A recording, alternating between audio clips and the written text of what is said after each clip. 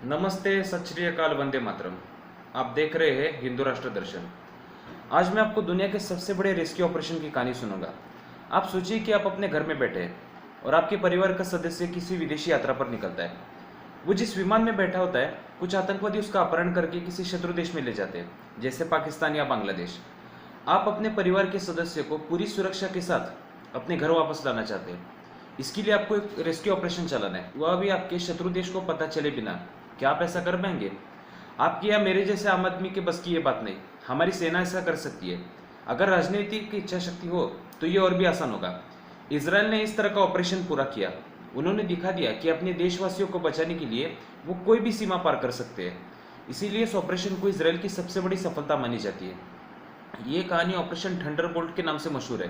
Thunderbolt माने बिजली। इस ऑपरेशन में समय बहुत कम था। जो कुछ करना था बिजली की तेजी से करना था। जरा सी भी देर हो जाती तो कमांडोज तो पकड़े जाते और उनके साथ जिन्हें वो बचाने आए थे वो यात्री भी मारे जाते। 27 जून 1976 को एक विमान रात के 11 बजे एयर फ्रांस एयरबस 203 तेल अवीव से ग्रीस की राजधानी एथेंस के लिए रवाना हुआ। रात के 12:30 बजे तक तो यात्रा सफल रही। इसमें अधिकतर यहूदी यात्री सवार थे और कुछ अन्य देशों के। 12:30 बजे एथेंस पहुंचने के बाद उसमें कुछ और 58 यात्री बैठ गए। उनमें 4 आतंकवादी थे, जिसमें से 2 पैलेस्टाइन लिबरेशन ऑर्गेनाइजेशन के थे और 2 जर्मनी रेवोल्यूशनरी सेल्स के थे। उनके पास पिस्टल, हैंड ग्रेनेड ऐसे हथियार थे। 5 मिनट के बाद एक लड़की हैंड ग्रेनेड निकालकर खड़ी हुई और उसने कहा कि अगर किसी ने विरोध किया तो वो इस विमान को उड़ा देगी। हमारे साथ साथ आप भी मर जाएंगे। लोग घबराकर एक जगह पर ही बैठ जाते हैं। एक आतंकवादी कॉकपिट में जाता है और को पायलट को बाहर निकलकर उसकी जगह पर बैठता है। बाकी 3 आतंकवादी उस को पायलट को बंधक बना लेते हैं। को पायलट की सीट पर बैठा आतंकवादी मेन पायलट को यह ऑर्डर देता है कि लीबिया के बेंगाजी शहर ले चलो। मजबूर घबराया हुआ पायलट उस विमान की दिशा बदलता है और पेरिस की जगह बेंगाजी ले चलता है। एटीसी से अनुमति ली जाती है कि हमारा विमान का अपहरण हुआ है, हमें उतरने की इजाज़त दीजिए। विमान में ईंधन कम होने के कारण उतरने की इजाज़त मिलती है। उस विमान में एक वृद्ध महिला थी, जो ब्रिटिश थी। वो वृद्ध थी और बीमार थी।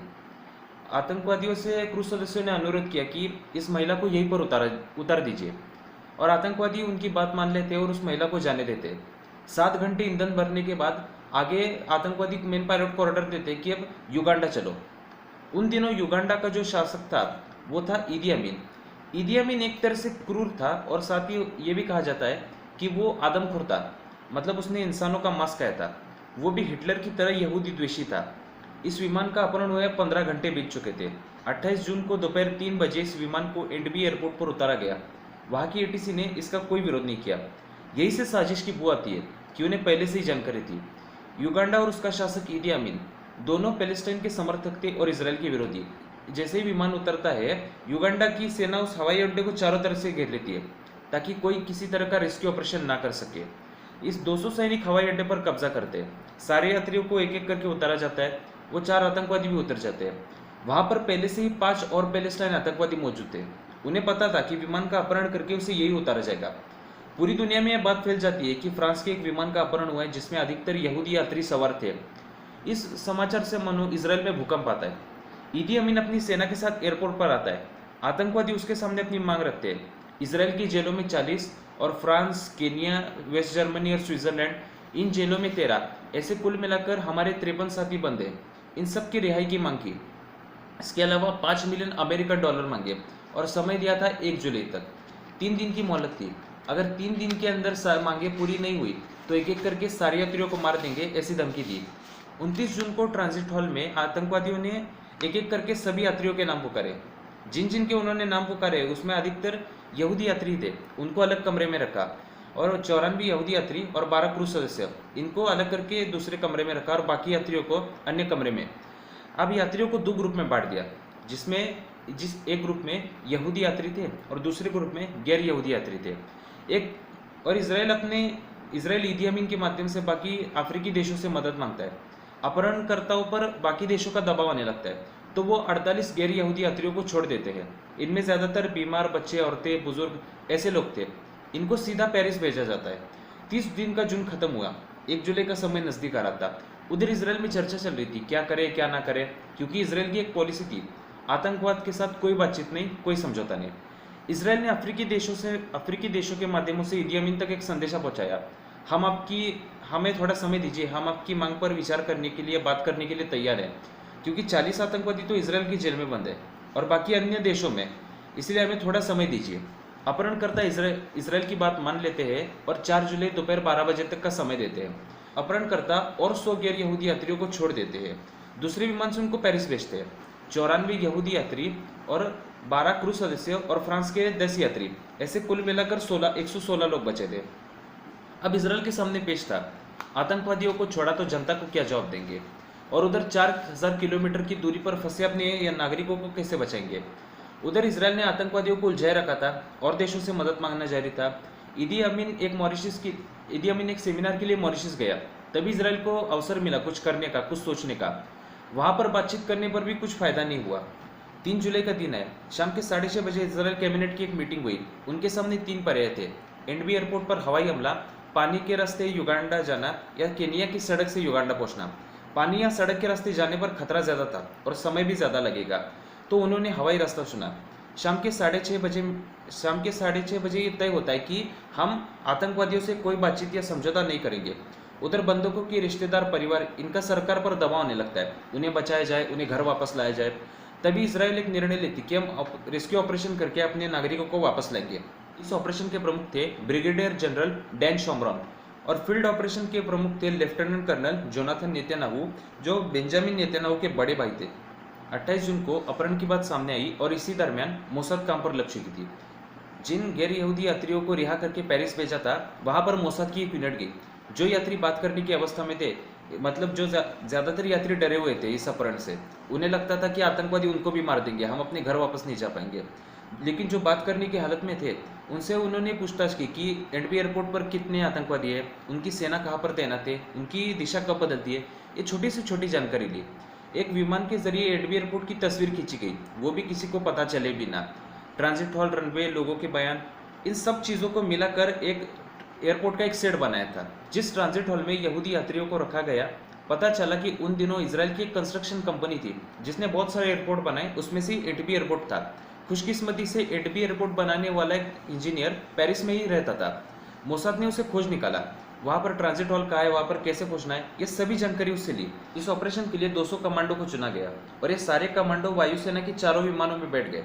अब उनके सामने समस्या थी कि इस हमारे विमानों को एयरपोर्ट पर कैसे उतारे, क्योंकि एयरपोर्ट पर ईदी अमीन की सेना का कब्जा था। दिन में तो ये मुश्किल था, रात में उतारा जा सकता है। अगर हम रात में उतरे तो एनपी एयरपोर्ट पर हम अगर उतरे तो युगांडा के ना रडार पर दिखाई दे, ना उनकी एटीसी की पकड़ में है। क्या ऐसा हो पाएगा? ऐसा बिल्कुल हो सकता है। अगर हम 100 फीट की ऊंचाई पर विमान को उड़ाएंगे तो ये हो सकता है। 4 विमान निकल गए, उसमें से एक विमान खाली था, वो यात्रियों के लिए रखा था। उसे शर्मल शेख एयरपोर्ट पर उतारा गया मेडिकल इक्विपमेंट के साथ। 100 फीट की ऊंचाई पर ये विमान उड़े और युगांडा की रडार पर आए बिना ही उनकी सीमा में घुस गए। पहला विमान तो रनवे पे उतर गया, उसमें से ब्लैक मर्सिडीज और लैंड रोवर कारों का काफिला बाहर आना शुरू हुआ और उन गाड़ियों में कमांडोज छुपे थे उनके पर। और इन 4 विमानों में 2 707 बोइंग विमान भी थे। एक बोइंग विमान में मेडिकल टीम थी, उसे नेरबी एयरपोर्ट पर उतारा गया, दूसरे को एनबी एयरपोर्ट पर उतरना था। रात के 9 बजे निकले ये विमान 11 बजे तक एनबी एयरपोर्ट पर पहुंच गए। ब्लैक मर्सिडीज और लैंड रोवर कार हुआ ट्रांजिट हॉल की तरफ निकल गया। युगांडा की सेना ने उसे जाने दिया। कमांडोज के पास साइलेंसर लगे हथियार थे, पर ईदी अमीन के साथ काफी लंबे समय तक रह चुके 2 कमांडो ने उस कार्रवाई को रोकने का इशारा किया। यहाँ पर मोसाद से एक चूक हो गई थी। यह ऑपरेशन 3 जुलाई को चल रहा था और 1 जुलाई को ईदी अमीन ने ब्लैक मर्सिडीज को हटाकर व्हाइट मर्सिडीज को लॉन्च किया था। और ईदी अमीन तो उस समय मॉरिशस में था। फिर यह कारवा किसका निकला है, मर्सिडीज में कौन बैठा है? युगांडा की उन 2 सैनिकों ने उस कार्रवाई को रोकने का इशारा किया। वो कारवा नहीं रुका तो उन्होंने गोलियां चलाई और उसके जवाब में कमांडोज ने गोलियां चलाई और वो दोनों मारे गए। अब समस्या ये थी कि उन दोनों ने AK-47 से गोलियां चलाई, इसलिए उनकी आवाज़ दूर तक फैल गई। तब तक काफिला ट्रांजिट हॉल पर पहुंच चुका था। अब कमांडोज को 3 यूनिट में बांट दिया और पहली यूनिट का काम था ट्रांजिट हॉल पर नजर रखना, दूसरी यूनिट रनवे पर रुकी थी और तीसरी यूनिट का काम था आतंकवादी और ईदी अमीन की सेना के साथ भिड़ जाना। यात्रियों को सही सलामत रखने के लिए एक बैकअप रखा गया था। गोलीबारी शुरू हुई। इजराइल के कमांडोज ने युगांडा की सेना की वर्दी पहनी थी, इसलिए उनके नागरिक उनको पहचान नहीं पाए। उन्होंने हिब्रू में कहा कि हम इजरायली कमांडोज हैं, सब लोग जमीन पर लेट जाओ। सभी लोग जमीन पर लेट गए और उन्होंने आगे पूछा कि आतंकवादी कहाँ है, किस कमरे में है? तो यात्रियों ने एक कमरे की तरफ इशारा किया। उस कमरे पर उन्होंने हैंड ग्रेनेड फेंके, गोलियां चलाई। ये सभी ऑपरेशन उन्होंने 6 मिनट में पूरा, मतलब 6 मिनट में ही सभी यात्रियों को मुक्त किया। दूसरी यूनिट युगांडा की सेना और आतंकवादियों के साथ भिड़ गई थी। जनरल एडम आसमान से ही नजर रख रहे थे। इस गोलीबारी में 9 आतंकवादी और 48 युगांडा के 48 सैनिक मारे गए। जोनाथन नेतन्याहू के सीने में गोली लग गई। 5 इजरायली कमांडोज घायल हुए। इसके बाद सारे यात्रियों को एक एक करके विमान में बिठाया और जाने से पहले इजरायली कमांडोज ने 9 मिग और कुछ विमान जो एडबी एयरपोर्ट पर खड़े थे उसे उड़ा दिया। यह सारा ऑपरेशन उन्होंने 56 मिनट में पूरा किया। शर्म शेख एयरपोर्ट से सुबह सारे विमान इसराइल के लिए रवाना हुए और यात्री अपने इसराइल देश पहुंचे तो एयरपोर्ट पर उनके परिवार, रिश्तेदार, सगे संबंधी या दोस्त उनका इंतजार कर रहे थे। उन्होंने उनका स्वागत किया और वो सब एक दूसरे के गले लग रहे थे। लेकिन इसराइल पहुंचने से पहले ही लेफ्टिनेंट कर्नल जोनाथन नेतन्याहू वीर गति को प्राप्त हुए और उनकी वीर गति के कारण उनके परिवार की लोकप्रियता इतनी बढ़ी कि आगे चलकर उनके छोटे भाई बेंजामिन नेतन्याहू राजनीति में आए और आज इसराइल के प्रधानमंत्री पद पर है। ईदी अमीन को जब ये पता चला, ऑपरेशन थंडरबोल्ट के बारे में पता चला, तो उसने मानवाधिकार का मुद्दा उठाया कि ऐसे किसी के देश में घुसकर इस तरह का कोई रेस्क्यू ऑपरेशन करना ये तो गलत बात है। लेकिन उसका ये मुद्दा बेमतलब था। इन 94 यात्रियों में से 2 यात्री गोलीबारी में मारे गए और एक महिला थी, डोरा ब्लॉच। वो बीमार थी, इसलिए उसे अस्पताल में भर्ती किया। जैसे ही ईदी अमीन को यह पता चला, उसने अपनी सेना भेजी और उस औरत को गोलियों से भून दिया। इस इसराइल की एक खास बात है कि वो कभी भी इसराइल और मोसाद कभी भी अपने दुश्मनों को माफ नहीं करते। इस अपहरण का सूत्रधार था डॉक्टर वादी हद्दाद। उसे मोसाद ने जहर मिले टूथपेस्ट से मार दिया। वो जहर लंबे समय के बाद असर करने वाला था, इसीलिए जब डॉक्टर वादी हद्दाद का पोस्टमार्टम हुआ तो वो पोस्टमार्टम में भी जहर उनकी पकड़ में नहीं आया। भारत के साथ भी कुछ ऐसा ही हुआ था। आतंकवादियों ने 24 दिसंबर 1999 को एक विमान IC-814 का अपहरण किया और उसे कंधार ले गए। यात्रियों के बदले 3 आतंकवादी मुश्ताक अहमद जरगर संसद हमले में शामिल, मोहम्मद अहमद शेख 9/11 के हमले में शामिल और पाकिस्तान में डैनियल परब नाम के पत्रकार की कैमरा के सामने हत्या, मौलाना मसूद अजहर भारत में ज्यादातर आतंकी हमले और दंगों का सूत्रधार। इन तीनों आतंकवादियों की रिहाई की मांग की।